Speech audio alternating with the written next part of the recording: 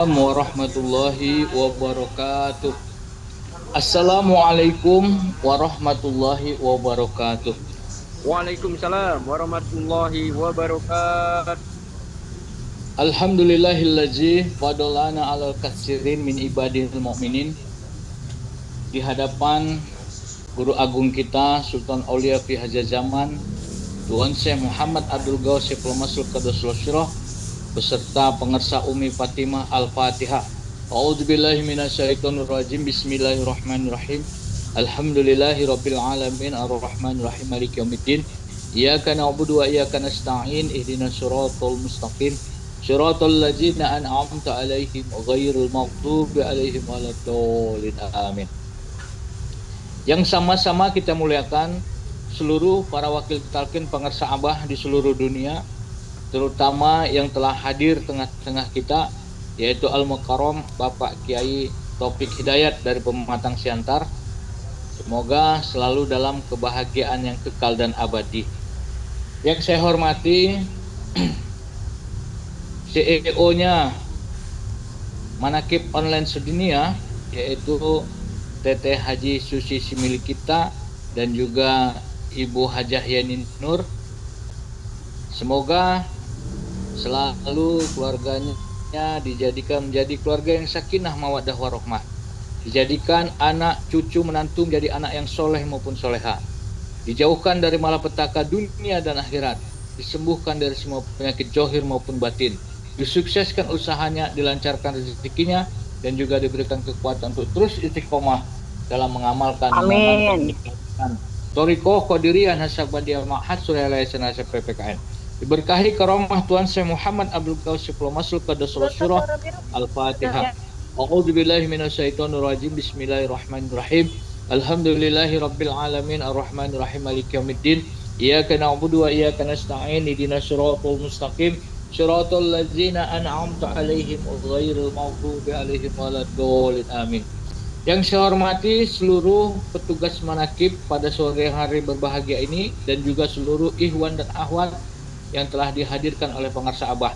Semoga apapun yang menjadi hajat niat baik kita semua dikabulkan oleh Allah Subhanahu wa taala. Amin ya rabbal alamin. Seperti biasa, ada sebuah pantun yang akan meluncur. Langit cerah menjelang subuh, cakep. Embun jatuh dari daun ke tanah, cakep. Teteh Haji Susi dan Ibu Hajah Yani pejuang yang tangguh, selalu bahagia dalam bimbingan pengersa Abah. Alhamdulillahillazi fadolana ala katsirin min ibadihil mu'minin. Kita sekarang berada dalam bulan Dzulqa'dah, yaitu bulan Ramadan yang ketiga. Di dalam bulan Dzulqa'dah, pada kitab Fadlul Suhur karangan spektakuler guru agung kita Tuan Syekh Muhammad Abdul Ghaus Qaddasullah, pada huruf yang keempat itu, huruf lam itu, pengersa Abah mengatakan dengan lahu, yaitu sesuatu yang melenakan. Jadi di dalam kitab ini pengersa Abah ada mengutip ungkapan dari Tuan Syekh Junaid Al-Baghdad. Beliau ini mengatakan, lalai dari Allah itu lebih menyakitkan daripada masuk ke dalam neraka. Kita telah sama-sama tahu bahwa ini adalah bahasanya para pecinta Allah, bahasanya para salik, bahasanya para ahli zikir yang hatinya telah disentuh oleh sedikit cahaya ma'rifat. Jadi kalimat ini bukan sekedar kata-kata tentang takut siksa, tetapi tentang sakitnya terpisah dari yang maha dicintai. Seperti Bunda Haja Lilis yang begitu sangat mencintai Kiai siapa Bunda Lilis? Lupa saya. Aduh, maaf.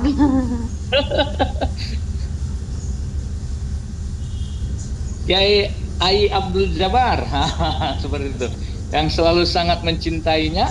Jadi ketika terpisah jauh, tidak kelihatan, maka pasti akan terasa sakit di hati Bunda Lilis seperti itu. Nah, ini apalagi cinta kepada Allah Subhanahu wa taala itu. Jadi memang kalau orang awam itu takut neraka itu karena takut apinya, takut dibakar seperti itu. Tetapi para pencipta Allah itu takutnya itu bukan kepada api neraka, tetapi takut kepada hijab yang menghalangi hatinya dari menyaksikan Allah Subhanahu wa taala seperti itu. Makanya Allah berfirman di dalam surah Al-Mutaffifin yang ke-14 dan ke-15, Bismillahirrahmanirrahim. Kalla bal rana ala qulubihim makanu ya'sibun. Kalla innahum ar-rabbihim yawma izinil lamazubun. Artinya, sekali-kali tidak, kata Allah.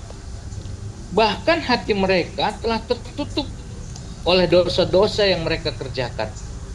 Dan sungguh pada hari itu mereka benar-benar terhalang dari melihat Tuhan mereka. Nah, di sini coba kita perhatikan dalam ayat ini, sebelum menyebutkan kata azab, Allah lebih dahulu menyebutkan terhalang dari Tuhan mereka. Jadi bagi para ahli cinta, ini adalah azab yang terbesar. Jadi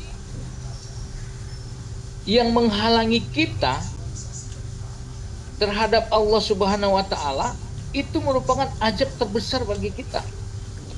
Kenapa? Karena ruh kita ini intinya itu sebenarnya bukan butuh makan, bukan butuh harta, bukan butuh dunia ini. Jadi inti ruh kita itu adalah ingin bisa selalu kembali kepada Allah Subhanahu wa taala. Selalu ingin menyaksikan Allah dari sejak dunia ini. Nah, karena itu, kalau saat kita lagi berzikir, hati kita itu berzikir, ruh kita itu serasa pulang.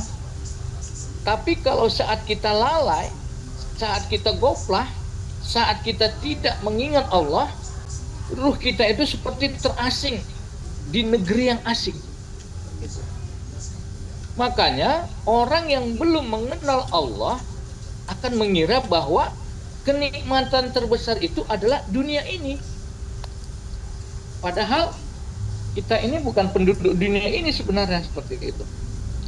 Tetapi bagi orang yang mulai mengenal Allah, pasti akan berkata, kenikmatan terbesar adalah dekat dengan Allah Subhanahu wa taala. Dan orang-orang yang sudah tenggelam dalam cinta kepada Allah, perkataannya akan beda lagi. Mereka akan berkata, tanpa Allah semua terasa di neraka. Nah, luar biasa. Makanya goflah itu lebih berbahaya, lebih menyakitkan daripada masuk ke dalam api neraka seperti itu. Makanya inilah mengapa para wali-wali Allah itu sering menangis, bukan karena miskin, bukan karena sakit, tetapi karena satu kelalaian kecil yang ada di dalam hatinya, sehingga zikir hobinya itu tidak hidup seperti itu. Sebab lalai itu bukan hanya lupa ketika berzikir saja. Lalai yang paling dalam itu adalah bahwa kita merasa diri kita ini mempunyai kekuatan sendiri. Kita mampu melakukan sesuatu, kita mampu menghidupi anak-anak kita, menghidupi keluarga kita, padahal sebenarnya itu adalah datang dari Allah Subhanahu wa taala yang dipinjamkan kepada kita seperti itu. Kita melihat anak-anak kita soleh-soleha, kita merasa itu adalah hasil didikan kita, padahal bukan.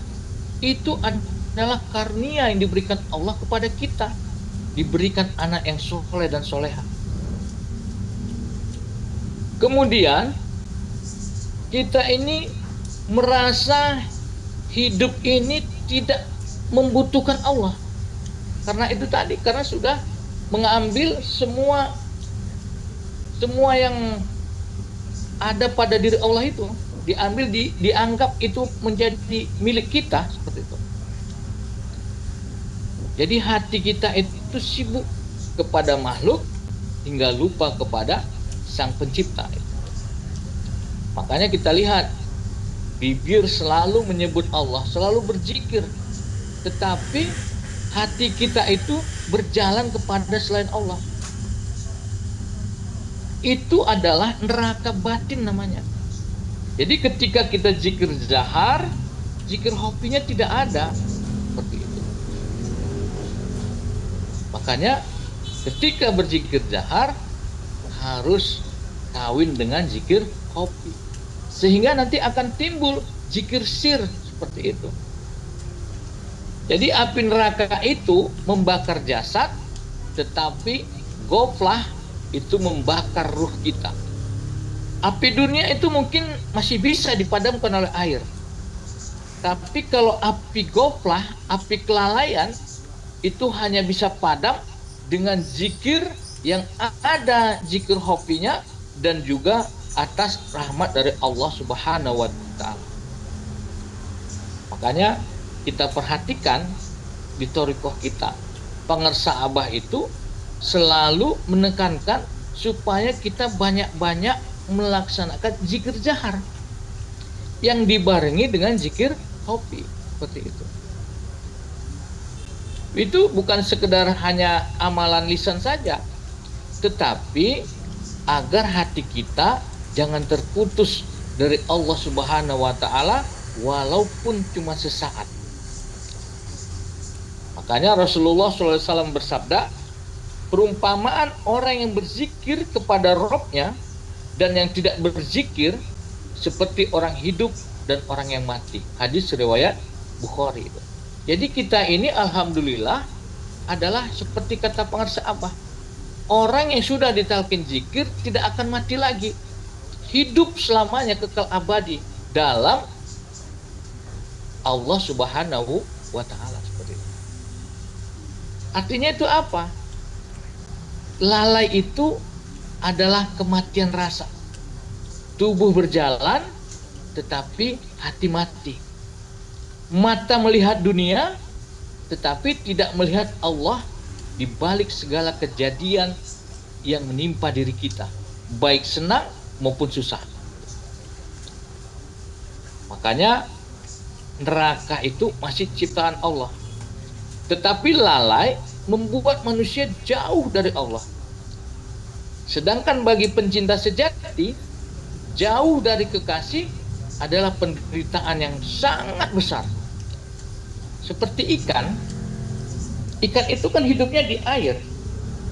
Nah, kalau kita ambil ikan yang masih hidup itu, kita lemparkan ke tanah, ke daratan, memang tubuhnya itu tetap utuh, tetapi ikan itu terasa sangat tersiksa karena jauh dari air, karena tidak bisa hidup kalau tidak dengan air, di dalam air ikan tersebut. Begitu juga ruh kita, ruh manusia itu ketika jauh dari zikir maka akan terasa sangat sakit dan menyedihkan.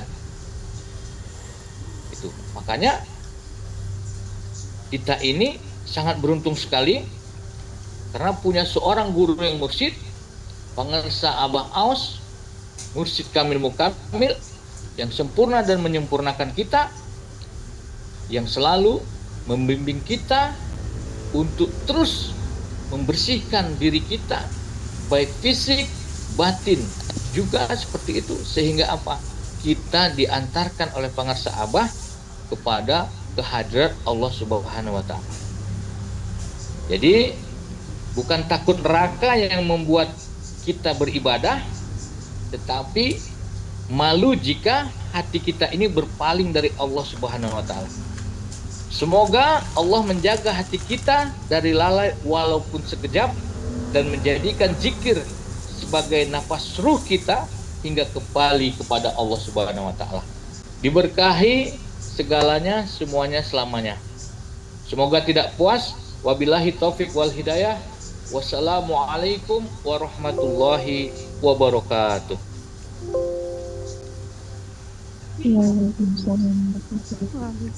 Allahumma sholli ala nabiyil hashimi Muhammadin wa ala alihi wasallim taslima. Allahumma sholli ala nabiyil hashimi Muhammadin